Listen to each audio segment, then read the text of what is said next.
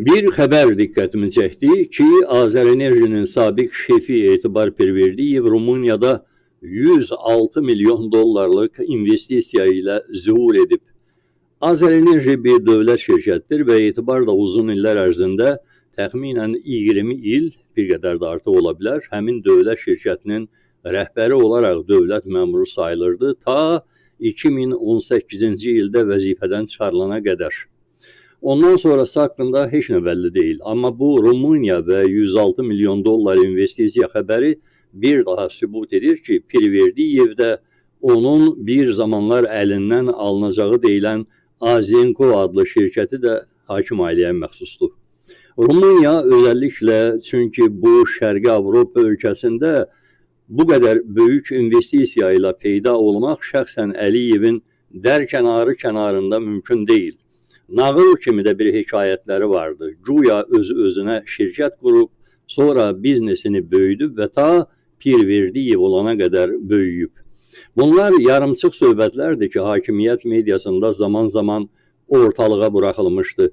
Nəyə görə yarımçıq söhbətlərdir? Ona görə ki, Azenko əslində Pirverdiyev ailəsinin deyil, Əliyev ailəsinin şirkətlərindən biridir. O zaman da elə idi, indi də belədir.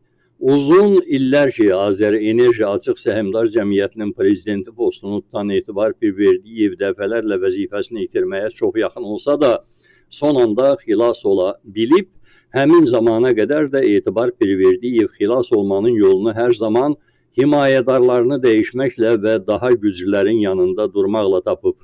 Baş nazirin muavini Yaqub Eyyubovun himayəsinə verilən Etibar Pirverdiyev daha sonra bu xətti dəyişərək prezidentin iqtisadi məsələlər üzrə köməkçisi və indiki baş nazir Əli Əsədovun himayəsinə atılmışdı.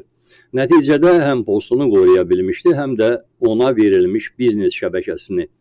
Gəlin indi də Pirverdiyevin biznes şəbəkəsinə diqqət yetirək. Araşdırmalara görə Etibar Pirverdiyev ölkə kənarında da ciddi biznesi olan simalardan biridir. Onun əsas biznesi isə Rusiyada, daha dəqiq desək, Dağıstandaydı. Məlum idi ki, Etibar Pirverdiyevin bu ölkə ilə bağlılığı illər öncə əvvəllərdən başlayıb, ilk zamanlarda o və qardaşı Rusiyadan maşın hissələri gətizdirib satdırmaqla məşğul olub, amma imkanları güya qaydaya düşəndən sonra onları daha ciddi biznesə qoşurlar. Söhbət Dağıstanda tikinti sektoruna qoşulmaqdan gedir. Azərbaycanda tikinti bumu yaranan zaman Etibar Pirverdiyev də ciddi şəkildə bu sahədə fəaliyyət göstərirdi və sonra bu fəaliyyətini Dərbənddə davam etdirməyə başladı. Bundan sonra isə o daha böyük layihələrə sahiblənə bildi. Etibar Pirverdiyevin Dağıstandakı əsas rəqibləri də elə Azərbaycanlı oliqarxlar idi.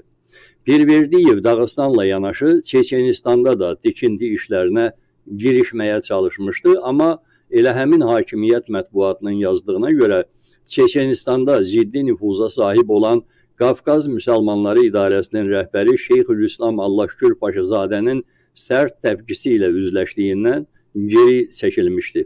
Sual oluna bilər, Etibar Pirverdiyev bu milyonları necə əldə edib? Məlum olduğu kimi, Azərbaycan bir sıra layihələrin həyata keçirilməsi üçün xarici ölkə və təşkilatlardan kreditlər götürür. Təkcə bunu demək kifayətdir ki, hələ 2004-2012-ci illərdə Azərbaycan 71 layihə üzrə 9 milyard 545,9 milyon dollar kredit cəlb etmişdi. Həmin kreditlərin ən böyük payçılarından biri və bəlkə də birincisi Azərenerji idi. 24,9%, yəni xaricdən alınan kreditlərin 5də birindən çoxu Etibar Pirverdiyevin nəzarətinə yönəldilmişdi. Bu isə o deməkdir ki, söhbət kifayət qədər fantastik rəqəmlərdən gedir. Biraz da konkret desək, nə az, nə çox, düz 2,3 milyard dollar. Bu kredit parçaları isə Etibar Pirverdiyevə bilavasitə Əliyev ailəsi tərəfindən və onların biznesinin menecerlərindən biri kimi ayrılmışdı. Amma bu menecerlərin necə varlanıb şişdiyini biz Azərbaycanın iri buynuzlu məmurları və ya oliqarxları terminlərindən bu sıraya kimlərin aid olduğundan bilirik. Pirverdiyev ölkənin şimal bölgəsinin hakim ailə tərəfindən mənimsənilməsi layihəsində yekə bir rol almışdı ve bu rolu da oynuyordu. Pirverdiyev'in Azərenerji zamanlarında hakimiyyətə yaxın media nələr yazırdı onun haqqında hamısını demeyeyim, daha bir parçanı fərqləndirim. Demək olar ki, Xaçmaz, Qusar rayonlarında bütün torpaq sahələri Etibar Pirverdiyev'in yaxın adamları vasitəsilə ələ keçirilib. Məlum rayonlarda fermer təsərrüfatları və əkin sahələri yalnız Pirverdiyev qardaşlarına məxsusdur. Məsələn, Xaçmazın məşhur Həsənqala gölü də zəbt edilib.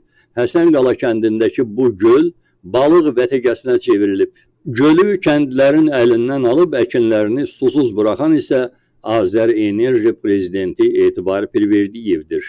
Bunu da aydınlaşdıraq ki, Etibar Pirverdiyev həmçinin restoran şəbəkələrinin yaradılmasıyla da məşğuldur və məlum rayonlardakı istirahət mərkəzlərinin əksəriyyəti Etibar Pirverdiyevə məxsusdur.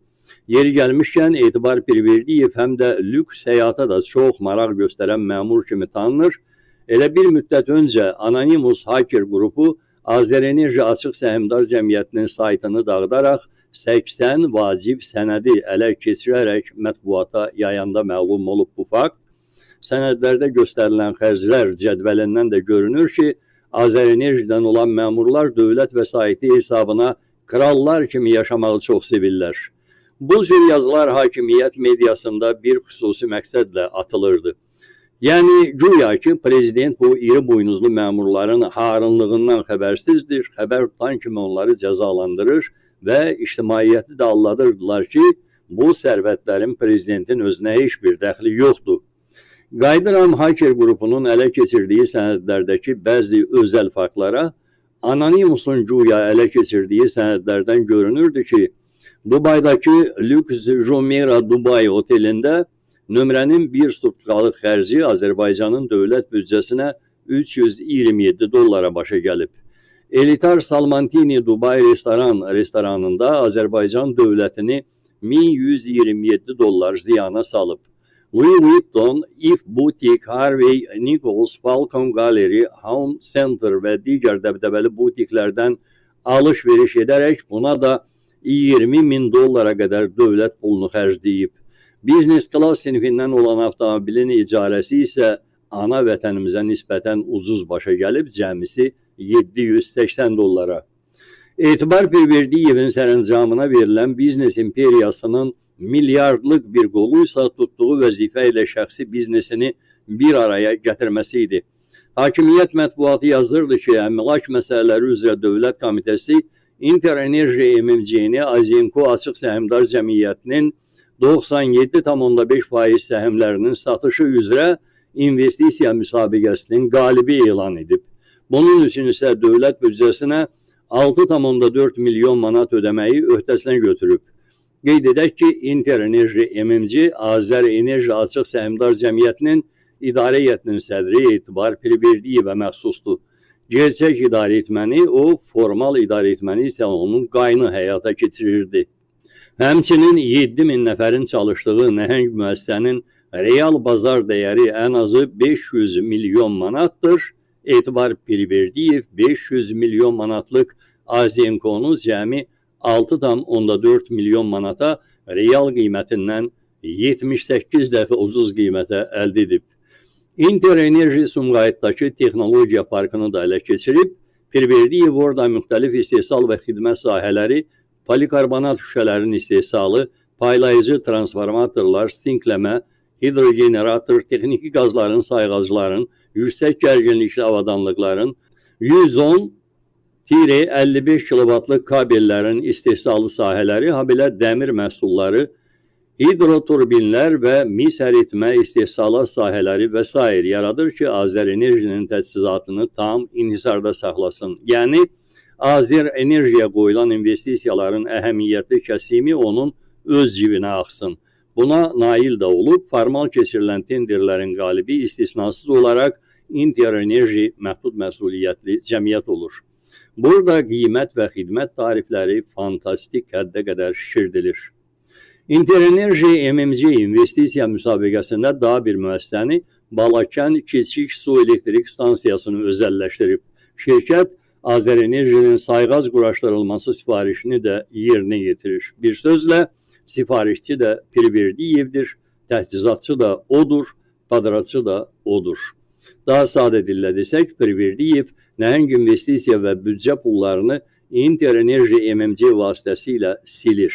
Bu Interenerji nağılı da bilirsinizmi nə zaman partladı? O zaman partladı ki, korrupsiyanı araşdıran Beynəlxalq Jurnalistlər Qrupu Sumqayıt Texnologiyalar Parkının başdan ayağa qədər İlham Əliyevin ailə biznesinə aid olduğunu sənədlərlə sübut edən faktları ortalığa qoydular. Və həmin zamanlar hakimiyyət mediasında vurulan Pirverdiyevin haqqında maraqlı bir ifadə də vardı. Pirverdiyevin hər kəsdən gizlətdiyi və digər bir yaxınının adı ilə təqdim etdiyi regionlardakı kənd təsərrüfatı biznesi haqqında da məlumatlar var. Belə ki, Şabran rayonunun Udulu kəndindəki dəvə firmaları Azərenerjinin prezidentinə məxsusdur. Xaçmazda isə o, iri buynuzlu heyvan təsərrüfatını genişləndirib. İri buynuzlu heyvan təsərrüfatı, bunların toplamının mahiyyəti budur. Şabran rayonunun Udulu kəndindəki dəvə firmaları, başqa yerlərdəki başqa heyvan firmaları ümumiyyətlə Pirverdiyevin özü və bütün cəmdəyi ilə birlikdə Əliyevin ailə biznesinin sıradan layihələrindən biridir.